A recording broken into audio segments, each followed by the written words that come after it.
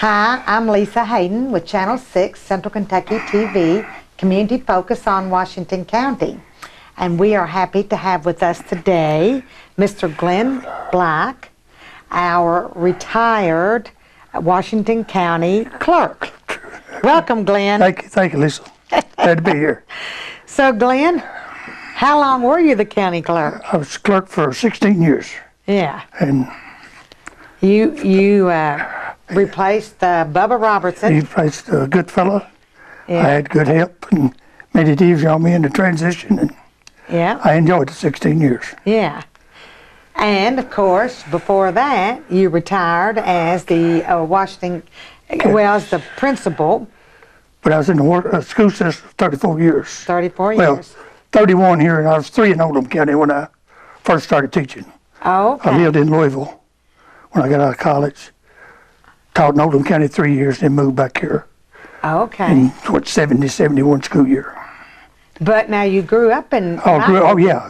I grew up. So Graduated from Mackville, so Michael went to High. Campbellsville University, and so basically all my life's been in Washington County, Yeah. except that 3 years of in the city, I guess. And who are your parents, Glenn? Alvin Black and Lizzie Mae Barnett Black Okay. was my mother will be passed 13 years ago tomorrow. My dad's been gone 45 years. Oh, wow. Now, do you have siblings? I have one brother living, younger brother, and I have a younger sister who's deceased and an older brother who's deceased. I see.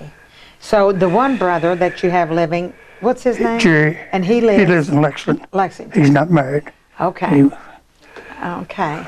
And so you were born and raised in Washington County in Mackville, and The Mackville area. in the Mackville area. Actually, I was born in Thompsonville, the church out in the country, and then when we was through, when I was 3, Mom and Dad moved over on Texas Mackville Road, rented a farm, and that's basically where I grew up. Okay. And when I came back, I bought a farm, small farm, and joined it, and that's where I lived until about 11 years ago. We moved, 11 years ago, we moved to town. Moved to the city. Moved to the city, well, yeah. And you always farmed, as far as I know. We farmed a little tract. Well, I was out there. I couldn't call myself a farmer. I enjoyed doing it. But where they farm now, no, I not. I run a few cows, put up hay, and help my mother on her farm, keep her going. Main reason. I see. You didn't grow any crops or? I used to raise tobacco up till '93, and at that time I had to buy out, and I quit raising it. Okay. And then I bet you had a garden No, there. very No small. garden? Had 2 years. The deers ate it up both times I had it out, so I quit. I was going to say Nancy probably wanted some of that fresh produce. She did. She didn't care. No, you wouldn't take no different there. So you married Nancy. Yes. What was Nancy's maiden name? Barnett. Barnett. And Same as my mother's, the same as your mother's. but she was from Indiana. Okay, that's right. I knew Nancy was And from I think India. we ended up probably they were kin back about same great grandparents. Is that right? Goes back about 4 or 5 generations. And that when if you track that family tree about anybody, everybody's kin somewhere along the line. Oh yeah. But that's pretty interesting, isn't it? I guess, where'd you meet her? I met her on a blind date. My roommate was going with her roommate in nursing school. She went to the Baptist hospital. They had their own nursing program. In Louisville? In Louisville. And that's where I met her. And you were probably in Oldham County? No, I was Campbellsville when I was in college. Oh, you were in college at Campbellsville. Yeah, Okay. my roommate Okay. at Campbellsville met her. And that was it, huh? I reckon, yeah. After that, Be 52 years ago tomorrow. that you all been married? Yeah. Oh my gosh. Well, congratulations. I tell her she's done a good job. Yeah. I'd say. And you brought her to Washington County, where being an Indiana girl. Yeah. and uprooted her. She really wasn't much, for she was raised in the country. Her parents lived on a little small farm outside of Paola, Indiana, but Dad never really farmed. He was drove a produce truck and done a little bit of farming, but she always wanted to be in town. And we moved down here after Scott was born, about 2 years old, and that's when we come back. Okay. And then, was Nancy nursing then? She went to work at Danville for a year or so, hospital, and then she ended up teaching health careers at vocational school in Marion County. She retired from there, 27 years of teaching. That's what she did. Okay. All the time in Marion County. Yeah, at the vocational school over there. Yeah. Which were Marion and Washington County students combined. The Washington County students go to that. So, at that time, you then started teaching at where here in this county? Mackville. And then stayed at Mackville then? Until off and on. It's sort of a change around. I was at Mackville for 3 years when I first moved. Then they cut back on some physical education teachers, and that was Mackville and Willisburg. And then you were a PE teacher. Yeah.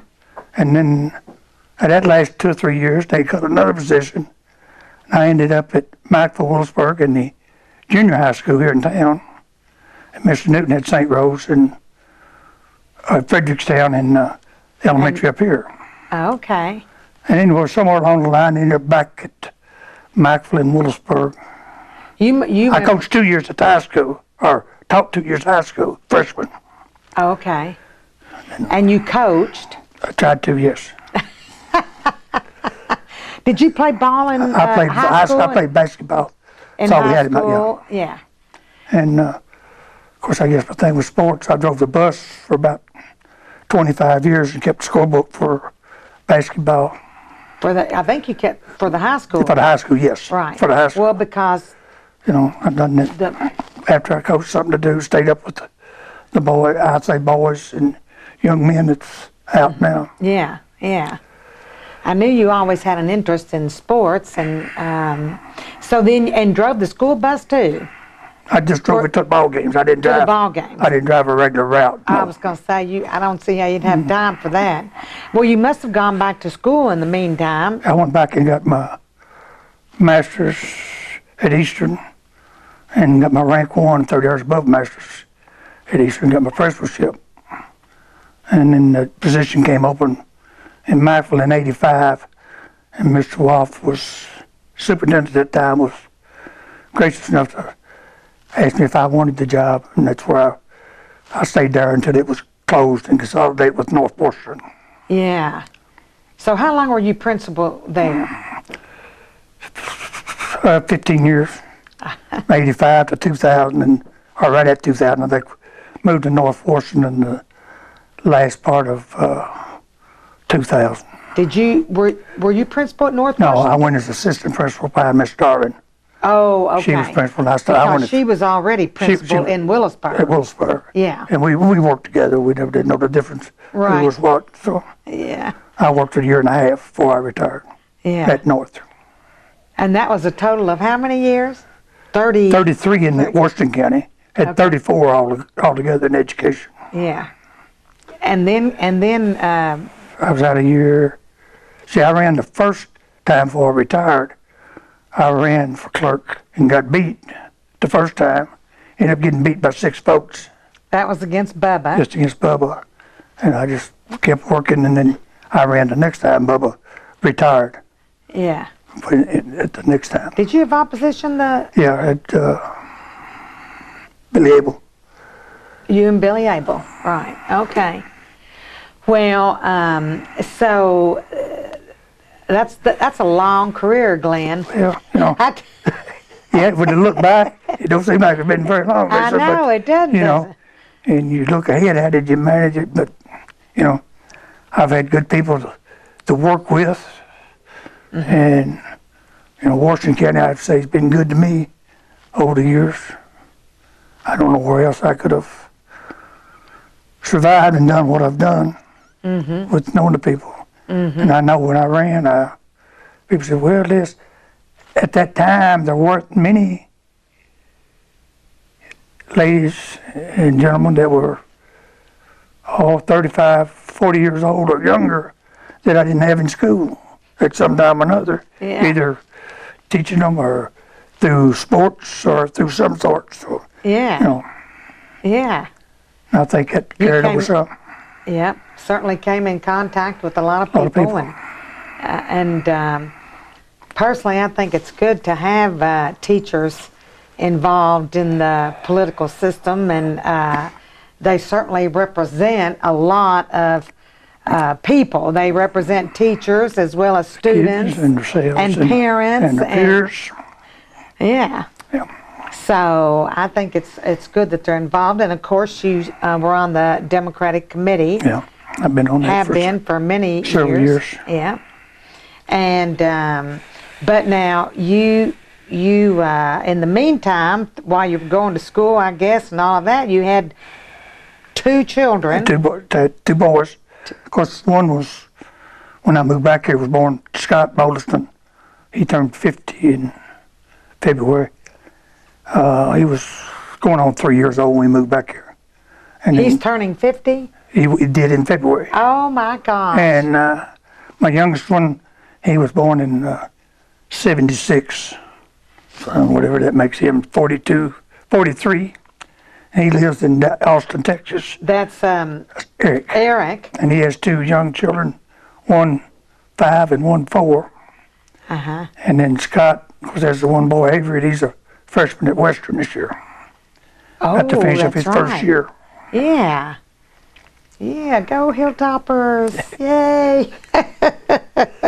So, but now, so you received at the chamber banquet, that wasn't at the chamber banquet.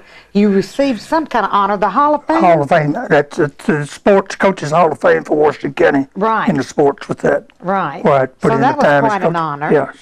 For all your years keeping keeping up with the sports. And of course, I coached off and on for 8 or 10 years. And then when I got principal, he wouldn't let me coach. So that's when I started keeping the book and driving the bus.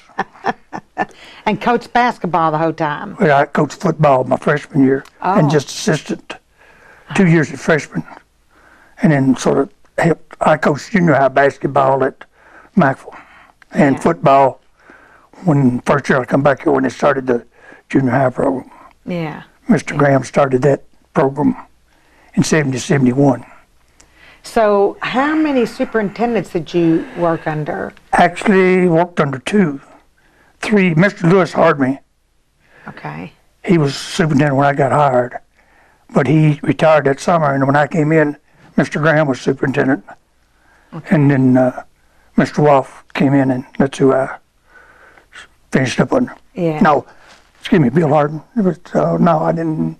Yes, I had Bill. Yes, Bill. So I worked under 3. Okay. I left for Mr. Lewis, Mr. Graham, then Mr. Jack Woff, and then Mr. Harden. Yeah. 4 then. 4, but actually I never did work under Mr. Lewis. He hired me. You. Yeah. Yep. Okay. Gotcha. He retired before I came back to work. Yeah. So, in all of those years now, Glenn, in teaching, I'm sure you could tell a lot of stories. Well, some you're probably better off not telling, Lisa.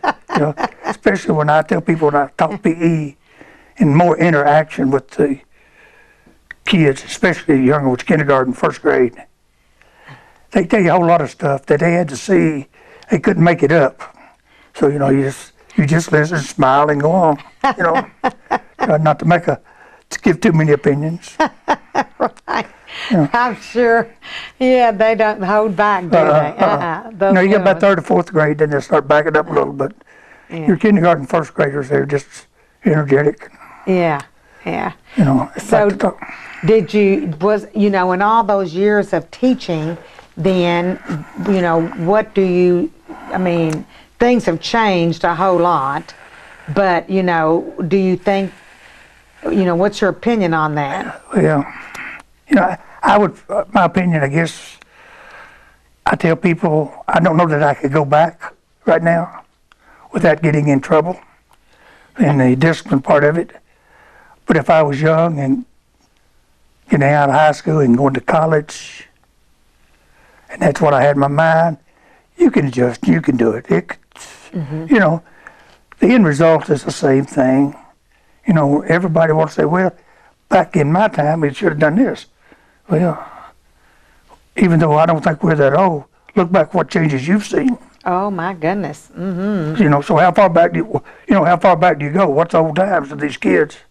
You know, they don't even know what a rotary phone is. Most of them now. You know, If they are they have party line? You know, and stuff like that. Party You know, we think, well, that's just common. You know, so so you got to keep up with it, and it does make you feel like you're losing out if you don't keep up with it. Technology-wise. That is huge. I'm not saying it's all good, but that's the way the world's turning, and That's right. That's right. you know, so I try to keep up with it. Yeah.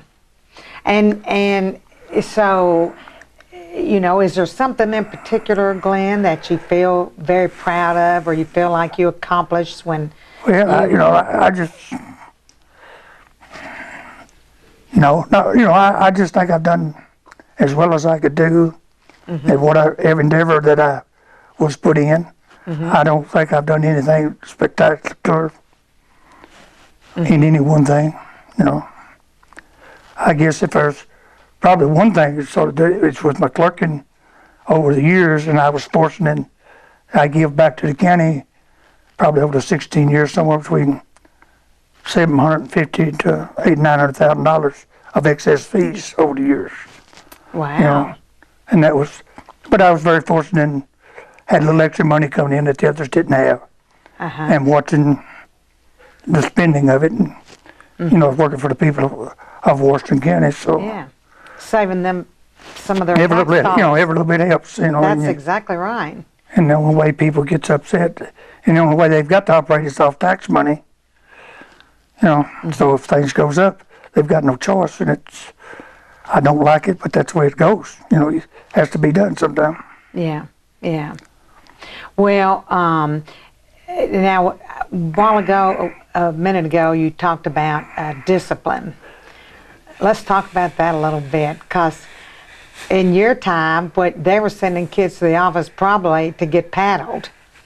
Yes. I mean, is that right? They sent them to my office, they could get paddled.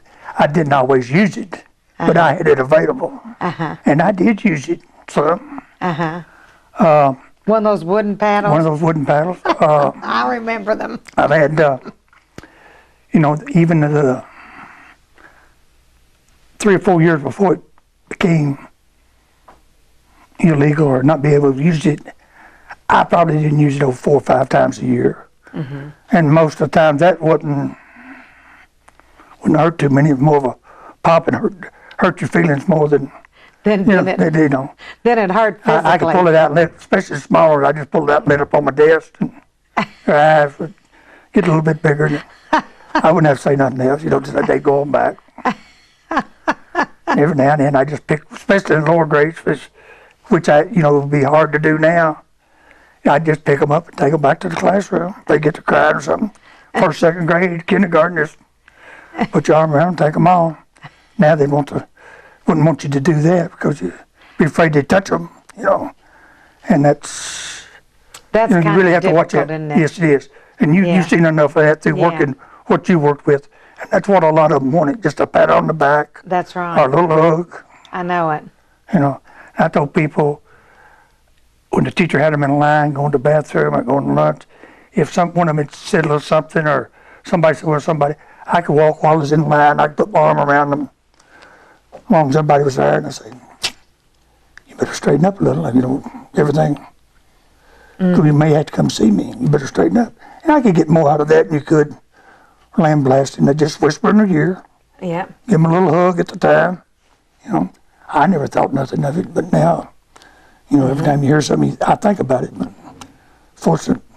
Oh, I know, Glenn. I know exactly what you're talking about, because, you know, that's the same. And then majority of kids, that's what they want. They want some affection. They done heard enough, excuse my language, hell raising and talking at home. They don't need to hear it at school. Right. You know. Right.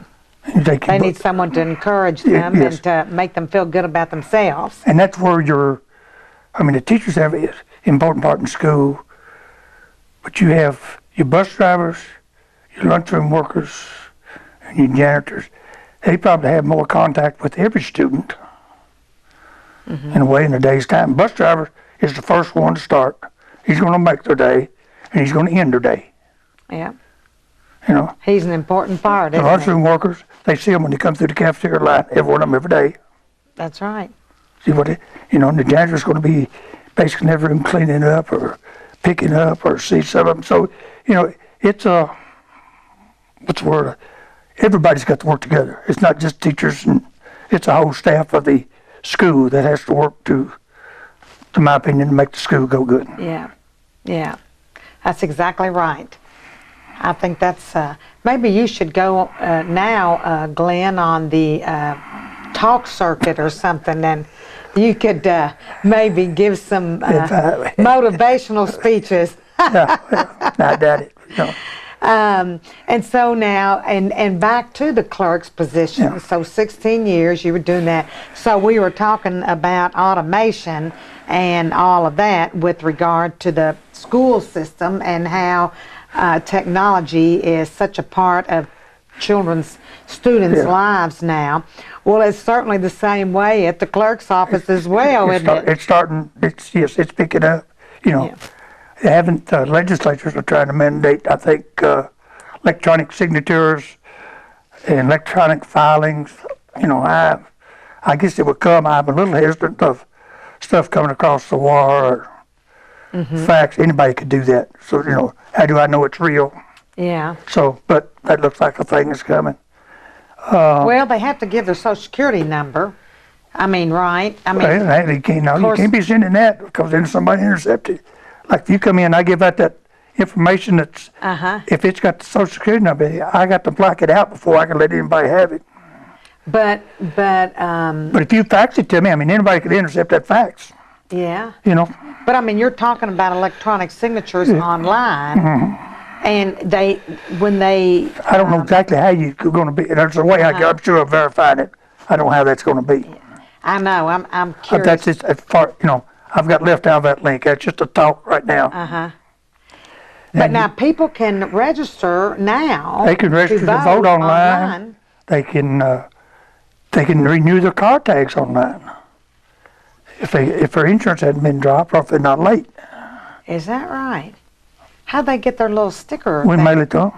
Oh, okay. Like if you do yours today, tomorrow it'll come across the computer that you do it. You have paid the state. They give us credit. We fill out the VTR and then mail your sticker. Now, through the years while you were county clerk, I think you probably had some of the same staff that Bubba had before you. Teresa was there under Teresa was Bubba, there. who's now our county Who's clerk. now our clerk. And Janine Warren was there. She stayed with me 12 years, retired. And then Mariella Smith started working for me part-time. Okay. And then when Janine retired, she went full-time. And Philiette Barry, I hired her. She worked with me all 16 years. Oh, okay. So, and she's still there. She's still there. And Mary's still there. And then Kelly, I hired her part-time. Had another one, and she went full-time after when Teresa got the clerk's job. Oh, okay. Yeah. So, and I don't know, I've been hearing is the county, of course I'm going to have Teresa on here before very long, so I guess I'll find out from her, but you stayed in the courthouse annex office for the whole time you were in office, and Bubba was in that office prior to you. She got in right at 25 years. Teresa? Oh, my. She went to work, I don't know what she went to work when she told me whether high school, or she went to St. Catherine, or when she was a freshman at St. Catherine. Yeah. Okay. Oh. So tell me, now you saved the taxpayers' money, and then of course you worked for the taxpayers in that capacity as well as a teacher. Yeah, You've got to tell me a story before we conclude this interview. So tell me a good story, Glenn. Well, you go back to the teachers. I had to go way back to the politicking part of it.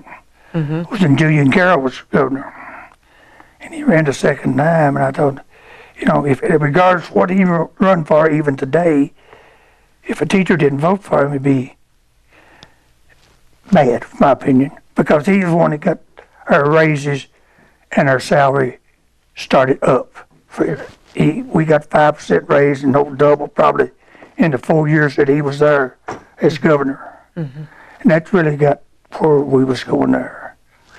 You see, if you go in the school system, you see a lot of people. So you see a lot of ups and downs. I tell everybody, 99% of the kids were good. You got that 1% was little. It seemed like they get all the bad publicity, and people more into the negative than they are the positive of what's going on. And I go back. It's probably if anybody watched 60 Minutes last night. The gentleman from Home Depot. It was the medical school in New York. I don't remember which one. He had donated $100 million. It took him 11 years. He got enough money, other donated, that every student that goes to med school is tuition free. Wow. Now they have to pay room and board, but their tuition is paid for. They got enough to do an endowment to pay for their tuition in order to get people back. So, I don't know that that's happened here in the county. It's been a lot of people. It's helped some that they don't want to talk about it. So, I guess that's where it's coming with the big money people. Philanthropists can do that to help people out. Well, certainly we need it, especially now, what they're talking about, these student loans. And, of course, and I tell students all the time, you better be applying for every kind of grant and scholarship you can manage to find out about. Yeah. And the loans, when you do take out a student loan, you do not, even if you were to declare bankruptcy at some future date in your life, you still have to pay your student loan off. It is not a part of your bankruptcy. Of course, I was just reading the thing, and the student loan started in the early 60s, about the time I was starting school, but I never did apply for a student loan because Dad didn't want to. He said, nobody don't even know what I made, which, I would have probably qualified. But I think the intent of that, like everything else, was good. If everybody had used it, had paid back, it would be sustainable today without it being in debt. The student loan. If everybody had paid back, there's how many $1 trillion it has been paid back. Yeah. Yeah. Right. If everybody kept it up, it would have been sustainable. Yeah. But now they thought they was getting something for nothing, and they did without having to do it. But as you say, somewhere it'll catch them. Yeah. And these people, it's bad enough for teachers. School. I think mine was probably less than $1,000 semester tuition. Now it would be. Oh my gosh. 12, 13,000. Yeah. Right. So it's about as broad as it is long as it was back then in what you make. But and they were saying on that too, and it's easy to have especially for a doctor and any student, to have a student loan payment higher than the house payment. Oh yeah. So you look at that, you try to pay that off in 30 years. Yeah. What if you're doing that and you have kids of your own and try to get them back to school? You're borrowing money again if you're not careful, so, hard to get ahead. Yeah. Oh, you're right. Well, we'll have to talk sometime because I like to hear your viewpoints, and because there's just so many things today with the way the school system is, and you could probably shed some light on a lot of things that people can be unclear about at times. It just, of course, your education, and I go back, your teachers, your school has a lot, But your education starts at home, and what the parents start with and what they'll carry through with, Right. and really help the child, not necessarily push them or demand, but work with them and let them, they just let the water and see what they can do. Yeah, yeah. Well, Glenn, I want to thank you for Liz. coming on today and for all your years of service in the school system and also as the county clerk for 16 years. Okay. And you've certainly been a contributing member of our community and involved in many things, as some that you mentioned and some you haven't mentioned that you were a part of, and I just want to tell you how much we appreciate that. Thank you, Liz. And so I look forward to hearing more from you, though, in the future, because there's no telling what you'll be involved in next. Who knows? I just hope I'm able to do it. I hope so, too. Okay. So thanks for being here. Thank you, Lisa. Appreciate you.